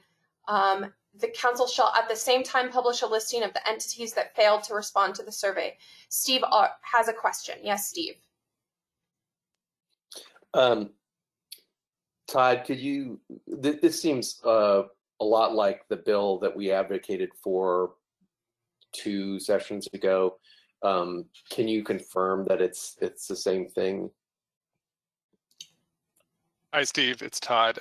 Yes and no. It creates the bill that the PRAC had was a reporting requirement for, I believe, all state agencies, and perhaps it was annually, I don't remember off the top of my head, to report their public records practices along several criteria. And this bill instead essentially canonizes what the PRAC chose to do with its survey, which was select any number of state agencies and local public bodies and do it only every 2 years to determine what their public records practices are like. And it even incorporates a category we included in our survey, which is public bodies that did not respond. So there's pros and cons to this approach compared to what we had previously, but it's not exactly the same. In essence, the onus is on the PRAC to do the survey as required in this bill, as opposed to the PRAC's bill, which was that state agencies had to report to the PRAC, if that makes sense. Thank you, Todd. Does anyone have other questions for Todd? Did that answer your question, Steve? Well, I guess, yes, thank you. Does this bill, does it compel public bodies or give them added incentive to respond? I can't quite see the details in front of me. If I could respond, Stephanie. Yes, please. So Steve, this requires the public bodies that the PRAC would choose to have the same requirement to comply as what is currently in the law, which says all public bodies, like something like to the extent necessary under their confidentiality laws, should assist the, I'm looking at it now, all public bodies shall assist the council in the performance of its duties and to the extent permitted by laws relating to confidentiality, furnish such information, including public records and advice as the members of the council consider necessary to perform their duties. So that's the current level of obligation for all public bodies in Oregon. That's the level of obligation they were at when the PRAC sent out its last survey, and that's where they would be now under this bill. And as you might recall, we varied between, I think, something like 50% and 80% response rate based on the public body that the council queried. Whereas the reporting bill that the PRAC previously had submitted to the legislature was, it was obligatory. All public bodies, all state level public bodies had to provide that information. So this is still kind of at a lower obligation level, I would say. Okay. Steve, yeah, and Steve, if I may say, I found that survey to be a really wonderful educational opportunity, particularly for my members. I certainly had a few members that failed to respond. And once we got the results of those, we reached out to those folks and tried to say, look, you were obligated to respond to that. You need to pay more attention to your public records requests. So there is a public outing, if you will, in the process. I like that. I think it holds us accountable. You can say they're obligated to do it, Steve. Still doesn't mean they're going to do it. I remain supportive of the way we did it last time, but I'm more than happy to entertain further conversation on that from my perspective. But I do think that the way it's been done in the past, it does have some accountability to it because those who don't report back get publicized. Thank you, Mark. Is that helpful, Steve? Yeah, I think my takeaway is this doesn't necessarily add tools to the arsenal, but it doesn't really hurt anything. I mean, it basically it compels the conducting of this survey every 2 years, and Todd's been doing it anyway, and perhaps more frequently. Nothing precludes him from doing it more frequently, and the existing statute does say you're supposed to help out when you're asked for information. So it seems like I would sort of be neutral on this bill. Does anyone else have thoughts about this bill to share? Yeah, hey, it's Emily. I had one question. The section 1D,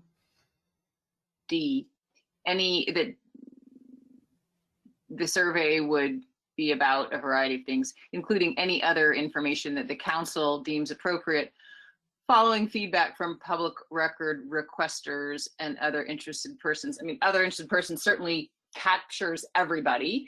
And so there's no need for this language that I wanted to see what people felt about. But it specifically says requesters, and it doesn't specifically say the people who provide the records. And I wondered if, because we do serve the interests of those two parties basically coming together, if we wanted to explicitly mention that, it's obviously not necessary. Other interested persons covers everything, but do we have any desire to publicly, to just say, appropriate feedback from requesters, from providers, and other interested persons, or just interested persons? Or it just seems like there's a little bit of a weight here on the requesters.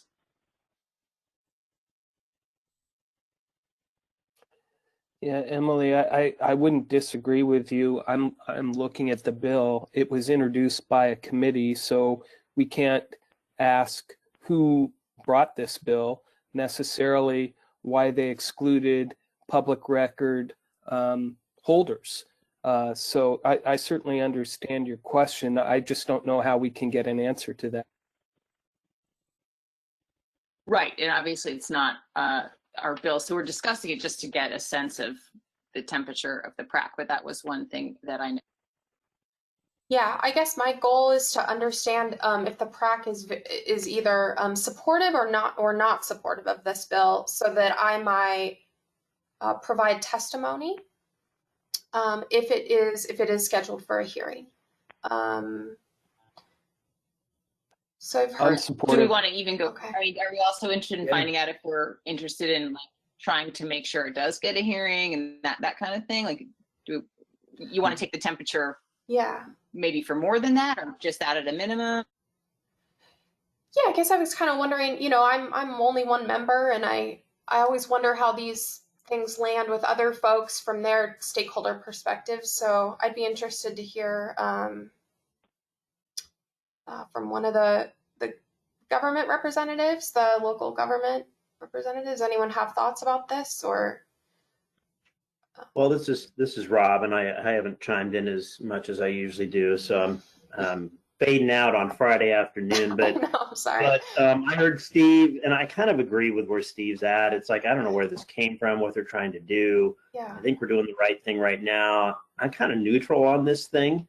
So, I mean, I can't speak for any of the other clients. I have 5, and basically, I have my clients decide support with amendments, oppose with amendments, or neutral. Okay. So if others beyond just Steve and I thought we should just be neutral on this bill, I'd make a motion to that effect, and that takes you off the hook, Stephanie. You don't have to do anything. Okay. I second. Oh. Geez. Okay. Well, there you have it. As the other local government rep, I will say that I am slightly south of meh on this bill. So I would probably abstain on a vote. I would recommend a neutral position. I haven't even fully ascertained what the actual change from current law is. I completely agree with Scott that this does nothing to change current law, provided it's Todd's intention to continue to do surveys, Yeah. which I support, by the way. Yeah. And furthermore, if the public records advocate were to request this information, I would advise my clients, I'm not an attorney, I don't play one on television, but they need to reply in a timely fashion because it is a legitimate public records request. Mm. So I don't think we need any direction on this, and I would agree that we should just stay. Okay, and I'm hearing from Steve in the chat. I'm staying neutral, but I'd like to understand a little bit better what's the fear, what's the concern of creating a problem if it does pass. It does seem, if we do offer support for it, it does seem relatively neutral. And I'd also be interested in hearing from Todd about whether he thinks this would be helpful to him or not. So those are 2 different questions to 2 different bodies. One to the local government representatives. What would be the concern that this, the problem that this might create if we supported it, and then from Todd whether he thinks it would be useful to him. Thank you. I'll chime in from just the local government perspective, and I'll defer to Todd, and only from the county perspective, which is, when I say neutral, it's truly neutral. I don't really have a problem with what I've read in this bill. I just don't generally urge my clients to support bills that don't seem to have a real purpose. Yeah. Thank you. Todd, do you want to respond? Sure, Stephanie, thanks. This is Todd. Well, folks, number one, correct me if I'm wrong, but isn't it the PRAC that has the survey duty, not the public records advocate? Of course, I would do everything in my power to assist in making a survey occur, as the office did last time, and certainly I hope to be a member of the council by the time a next survey occurs. But I'm really deferring to the PRAC on this because this would essentially be flowing from the PRAC's duties. But I think everyone is right. This doesn't really do anything except obligate the PRAC to do a survey, as it's already obligated to do in its law, except it has to occur every 2 years. Not much else changes here in this bill. And I do think there's pros and cons to that. The pro would be that, you know, it is every 2 years. So the workload, even for an office that is fully staffed with 2 people, would be most likely manageable, and the office would be able to pick the bodies surveyed, not just state agencies like the old reporting bill, but state and local public bodies. But there's also cons in that it doesn't beef up the PRAC or the requirement of public bodies to comply beyond what the existing obligation is. It also might lead to difficulty in getting consistent data that builds a picture about public bodies unless we consistently pick the same public bodies every 2 years, which could then lead to complaints from those public bodies that we're picking on them because the law doesn't say that we have to go to them, we're just choosing to. So I think this bill raises issues, but like everyone says, doesn't really solve a problem or add anything new to the PRAC's abilities or the ability in general to get out this kind of data. Thank you, Todd. Was that helpful, Emily? Those 2 answers. Muting and unmuting. Yeah, it was helpful from both of you. I appreciate that. Can I ask a clarifying question on the duty that the council already has to periodically do surveys? It says it's in section 3 of SB 500. It says that we shall periodically survey state agency and other public body practices and procedures. So I read that as any public body in Oregon. Am I interpreting that correctly? Hi, Emily, this is Todd. No, what I was mentioning was that the reporting bill that the PRAC had put forward, if I remember correctly, was in fact only an obligation of state agencies to report regularly on their public records practice had that bill passed, and that local public bodies were excluded from that bill. Right. Yeah. I'm looking at Senate Bill 500, which is hopefully going to pass. It says, and this is, I believe, current law because doesn't look like it's amended in the SB 500.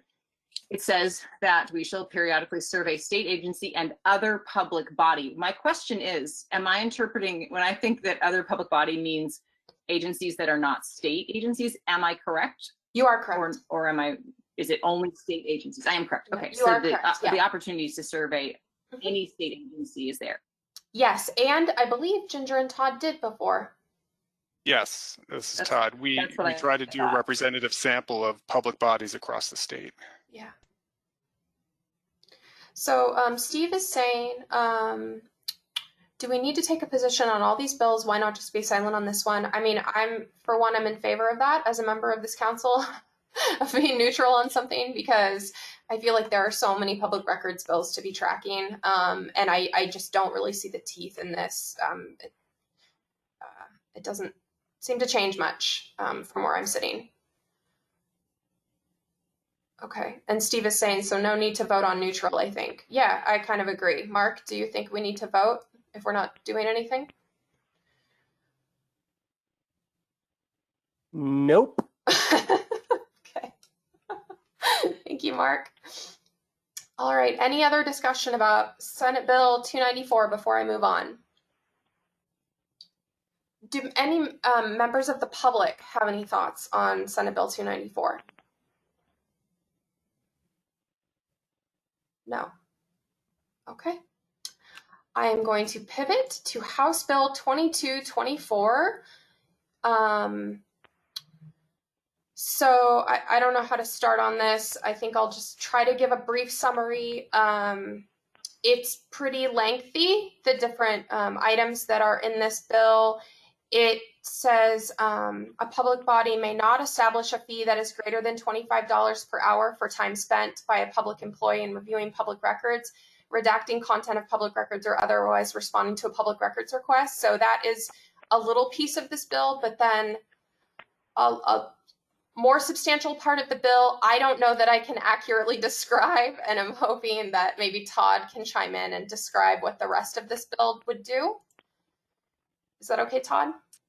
Hi, Stephanie. Sure. You know, I had to step away for a quick second, so I'm sorry. Did you already touch on the hourly cap on rates and removing? And okay. And what about removing from the purview of DA's review? I did not. The count. Okay. Yeah. So beyond the $25 an hour cap on the cost of public employees preparing a response to a public records request, Section 3 removes from the purview of a district attorney the ability to review decisions by a county or other public body that provides financial support to that district attorney's office and sends that public records appeal to the attorney general at the public body's cost. And then Section 5 is the part that directly impacts the office, which creates an option of binding arbitration in lieu of litigation. And this binding arbitration would apply to both the appeals from orders of district attorneys and attorney generals, as well as the public records decisions of elected officials. So this is an across the board additional option for requesters and public bodies to seek as a way to challenge an elected official's decision or an order from an AG or DA. But that arbitration in lieu of litigation is a system that should be set up and maintained by the Office of the Public Records Advocate. The Public Records Advocate creates a list of eligible arbitrators and appoints those arbitrators, and also promulgates rules governing the arbitration process. I think that's everything. Okay, thank you, Todd, for that summary. Did that make sense to people? Or do people have questions about what that would mean for Todd? I have a question, Stephanie. If the bill makes sense, or if Todd's summary makes sense? Do people have follow-up questions for Todd to further understand how this would impact the office? No, Todd did a good job describing the bill. Thank you, Rob. Steve, did you have a comment? Yeah, I wonder, as a process question, whether we might consider inviting Representative Wild to come to one of our meetings and tell us a little bit more about what the rationale is. Just a thought. I think that I have a little bit of insight on that. Okay. And there is a story behind this, and I prefer not to describe it, and I don't know if Mr. Bovet wants to describe it either, but there is some recent history on some of this, and it probably would be a good idea to bring Representative Wilde in to perhaps describe this. I can tell you that my association has already taken a position on this bill. Okay. I have heard that suggestion. I will reach out to Representative Wilde and see if we can get some more information about it. Would that be helpful to people? Or does anyone else have strong feelings right out of the gate about it or anything to share? Well, I wondered if Mark wanted to share what position his organization took. Oh, we're going to oppose it. Okay. Yeah, I have not talked to Representative Wilde about this bill yet, and we're still doing our first. We're still processing all of the legislation right now, but we have this as listed as an opposed, and I think we probably articulate a fiscal impact as well. I'd be interested in just taking like maybe a minute to understand the provisions you specifically oppose. I find it to be rather confusing, Bill. There's a lot going on in there. So, but I would just be interested in understanding a little bit more where your concerns arise. Well, I can address. Go ahead, Les. Yeah, if I may, I frankly, Emily, before we dive into details, I'd rather get sort of the context from the representative promoting this bill, so we have some sense of what it is the representative is trying to fix, so then we can judge whether this fixes what needs to be fixed. I frankly, there is a lot in here. We could spend a couple of hours working our way through this, and I'd rather not do that without having what's the skeleton inside of this thing. Just my thought. I have no interest in diving into the details right now. I'm fine leaving the discussion for when Representative Goldie can come if he cares to join us. I was just looking for an overarching, like, what the bottom line kind of opposition was on this, but I can take that somewhere.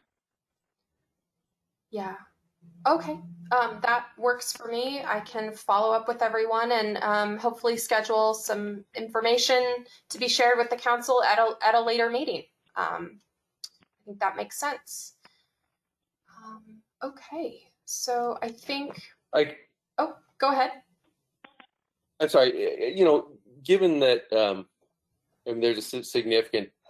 Well, actually, it seems like there's a potential significant impact on the advocate's office and its workload, or not. Not clear, but I wonder, if it's not practical to organize a meeting in the fairly near future, like say within the next 3 weeks, or to a month, then maybe we can request something in writing from the representative.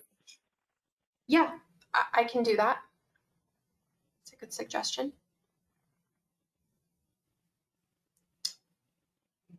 Okay. I think that's a really important point, Steve, in that I'd be curious from Todd, and I recognize you haven't been confirmed yet, but one of the concerns I have, quite honestly, is that this distracts or detracts from a newly established office that frankly, we've had some rough seas, shall we say. And I really think that to some extent, this may detract from the work that Todd is going to need to do, and that we need to do. That's just my personal opinion. And I thought I would just share it.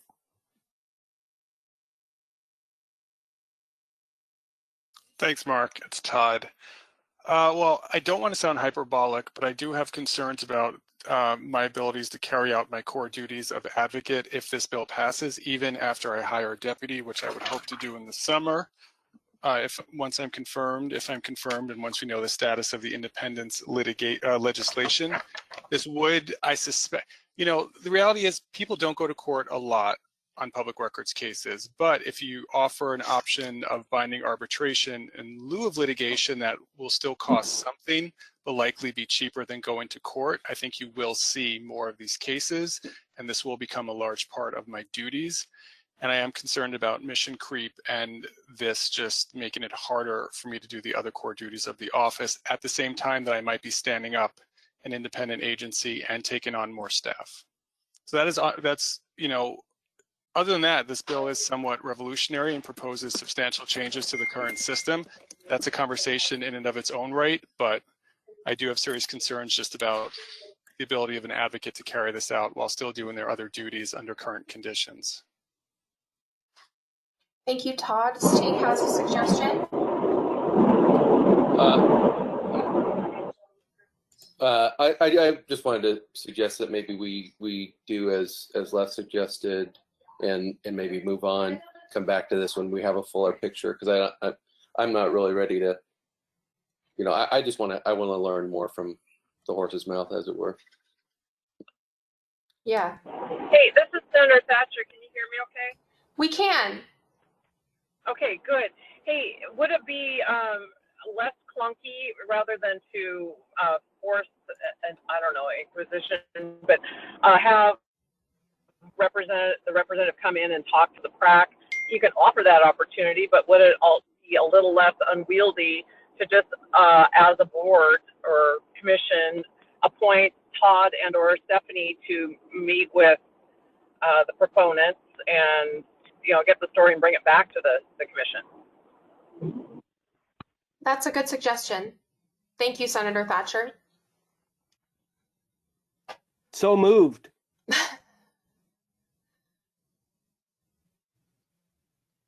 Thank you, Mark. Is that a real motion, or are you just saying? It is. Okay. Does someone want a second asking me to reach out to Representative Wilde? I'll second. Mrs. Winkles. Thank you. All those in favor? May I ask a question first? Yes. Just Stephanie, when were you envisioning holding another PRAC meeting? That was going to be my next order of business. Yeah. Okay. Well, I mean, I guess I'm wondering, like, you know, if it turned out that we scheduled something fairly soon and he were, I'm sorry, I'm not familiar with Representative Wilde. If Representative Wilde were available to present in person, that maybe that would be an alternative. Steve, I'll just modify the motion to direct Stephanie and Todd to reach out to Representative Wilde and inquire whether he would be able to join us at our next scheduled meeting, and if not, to seek a written explanation to House Bill 2224 so that the Public Records Advisory Committee can have a more detailed discussion on this matter. Okay, and I think Senator Thatcher also suggested that if that was not possible, that I provide a summary after having a conversation or meeting with proponents of the bill. So kind of a couple different options depending on how much interaction I get from Representative Wilde. Does that make sense? That sounds good to me. Okay, thank you, Steve. And Stephanie, I hate to put you to any imposition, but we're on tight timelines in any session, but especially this one. Yeah. So, and I think some of us have obligations to the people we represent to work this bill if it were to pop on a calendar. So, as soon as we can get some information or some conversation with the representative, that would be helpful. Absolutely, Yeah, I will escalate that. The more I think about it, the more I take back what I say. I think what Senator Thatcher suggested, you guys talking to the representative, is probably the most efficient course of action. So why don't we just do that, like you first suggested, Mark?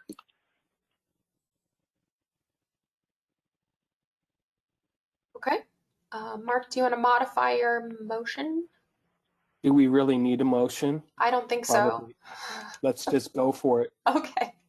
I will gather more information for this council and report back. How about that? And I will escalate that because I do understand there's some tight timelines going on.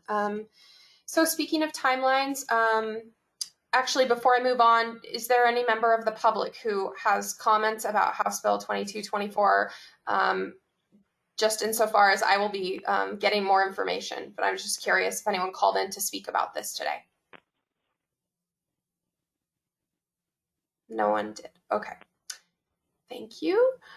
So there are a lot of bills happening that relate to public records and access issues, exemptions. I don't need to go through that entire list for you all. You all have access to the website. Todd, thank you so much for continuing to find these and continuing to update the website. I know I have stakeholders that use this list and are very grateful to you. So I want to thank you very much for doing that. Does anyone have a burning bill, question, issue they were coming to this meeting hoping to bring up and want to flag for the group? for any of these bills right now today. Can I jump in here as the Senator Thatcher? Please. Would it, kind of apply the same sort of process to these other bills as you are applying to the previously discussed bill, and just find out more information and bring it back as appropriate? Sure, I can do that. Yep. And if there are any council members that have special knowledge or special interest in any of these bills, I would welcome you to engage with me and pass information along to me. I will do my best with Todd's assistance, tracking everything. If I perceive that there might be an impact on this group, or that this group might have strong opinions about a given bill, then I will escalate that for whatever meeting we have coming up next on our agenda. And so with that, I'd like to talk about a meeting schedule and see what folks are wanting, what folks are comfortable with. I do not, oh yes, Steve is saying that he has a bill thought. What is your thought, Steve, please? I'm sorry. I know we should move on, but I was going to suggest in the case of Representative Powers' bill, which I believe is on behalf of the Society of Professional Journalists, deals with this fee issue, which also is touched on in Representative Wilde's bill. I don't know that we have time to discuss it today, but I would be interested in prioritizing that for future discussion, simply because this is an issue that we talked about a lot. I believe 1.5 years, 2 years ago, there was discussion of the DAS policy change on fees, and there was also discussion of a subcommittee on fees. So I think it would be helpful. I think it makes sense for us to get to know more about that bill, and maybe well, Representative Power probably would be in attendance anyway. Yeah, thank you, Steve. That's House Bill 2485. I think Representative Power is on the phone here today. I don't know if she wants to speak about any of her bills coming up, but I would be happy to take your suggestion and add those to future agendas. I'm sorry, go ahead, Representative Power. No, I'm just happy to note that I introduced a couple on behalf of SPJ. SPJ is being represented by Tom Holt this session, and I know Tom has begun to have conversations both with stakeholders and with our Senate members. On our side, they all went to House Rules, which is where I think pretty much all of the public records bills went this year. And I think just the practical matter of fees. On one hand, I understand that it's somebody's job to respond back to public records requests, but on the other hand, these fees can be a barrier to learning about the government's business for the public. And I know it was something that was brought up a couple of years ago, as mentioned previously, whether and how we move forward with a work group around this is TBD. I know we're starting our business a little bit late because it's taking a little longer to get bills paperwork filed and then first read and introduced. But the good news is, we're really not in a rush this year in the legislature. We're going to be doing a lot of this work remotely, but our normal time frame will still be our normal time frame. Our first chamber deadline has been extended to accommodate the longer time it's taking for us to get up and running. So I'm happy to talk about them, especially as we begin to get feedback on them as the session unfolds. Thank you. I really appreciate that. Does anyone have questions or comments about next steps for these bills? Want to respond? No? Okay, well, I would like to talk about a meeting schedule. I've heard from a couple of you that Friday afternoons work. Do they work for most of you? I want to be careful. I'm not 100% in tune with the legislative schedule, so I might defer to some of you who are members of the legislature or are attending lots of hearings. And is Friday afternoon a good option? Is there a better day or time?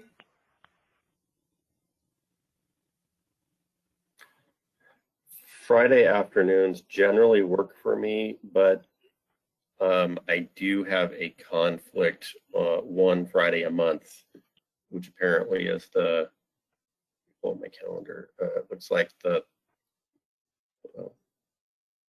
third Friday in the month. I meet with my national, so a different day would be helpful, or I can be late. It's Okay. that's my scheduling that's scheduling constraint for now. Okay. Thank you. And so that would have been so after 1:30 is better for you, or if we were to have to After one that day? after 1:30 would be my preference. Okay. But on other Fridays, during the other 3 Fridays, 1 o'clock is okay, Scott? Yes. Okay. Thank you. Does anyone else have strong feelings about different days of the week for meeting? Steve says later in the afternoon is ideal for him, 2 or 3 if possible, but maybe that's too late. Yeah, I think it depends on how long our meeting's going to go, Steve, because some of us have daycare pickup constraints. So it's kind of it's a balancing act. Stephanie, just looking at the legislative calendar, the only committee meetings that take place on Fridays happen to be in the morning, full Ways and Means. So the remaining days of the week stink for me. I suspect that would be true for Scott, probably Adam, and Rob. So I would recommend that Friday afternoons are probably the best time. And would recommend that we continue to try to meet during those days, during at least while we're in session. Okay. And please stop me if this is overkill, but I might suggest we meet every 2 weeks. And if there's no reason to meet, I can cancel it. But just to get it on people's calendars, does that sound appealing to folks? Or do you want me to wait and schedule them one at a time?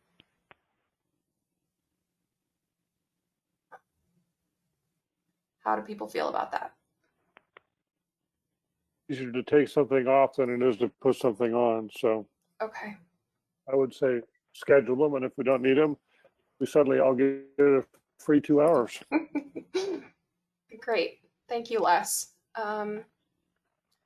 Okay, well, I will go ahead and do that if folks are okay with it. And then that way we have kind of a placeholder to work through these bills. I want to make sure that this council's voice is being heard in whatever bills come up, but I understand there are so many at play that it does take time to work through how we actually feel about the bills and whether we would oppose them or support them. Emily has a question. Is there a confirmation date for Todd? Todd, do you want to answer that? Sure, this is Todd. There is not at this time.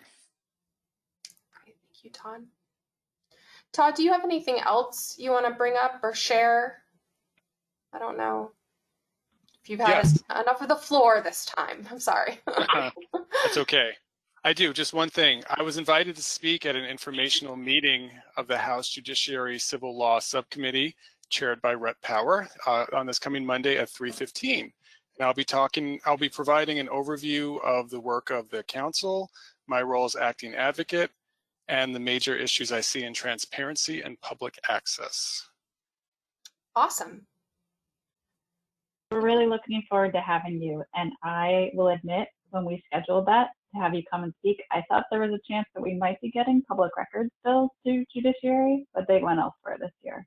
Nonetheless, you'll have a new subcommittee, most of whom are lawyers or who have held local elected positions before, or both. And we're really looking forward to having you. So thank you. Well, thank you, Rep. Power. I'm looking forward to being there virtually. We have a question from Emily. What's the process for getting a confirmation hearing? Does anyone know the answer to that? Yeah, and just to clarify, I mean, just like when is Todd going to get the chance to be confirmed? Can somebody illuminate? Probably when the Senate Rules Committee chair decides to schedule the next round of confirmation hearings. Okay. Okay. Well, I have some things to do for you all. I really appreciate all of your time today. Does anyone have anything else to share before we adjourn for the day? No. Okay. Friday afternoon is tough. I'm sorry. But anyway, I really do appreciate your time. I know we worked through some bills and got some stuff decided, and I will report back soon, and I will get those meetings on everyone's calendars. And so with that, I will adjourn. Thanks, Stephanie. You did a great job, meeting. Stephanie. Oh, thanks. Thanks, Emily. Stephanie. Thanks, Todd. Thank you. Have a good weekend, Yeah, everybody. thank you, everybody. Bye-bye. Bye-bye. Thank you.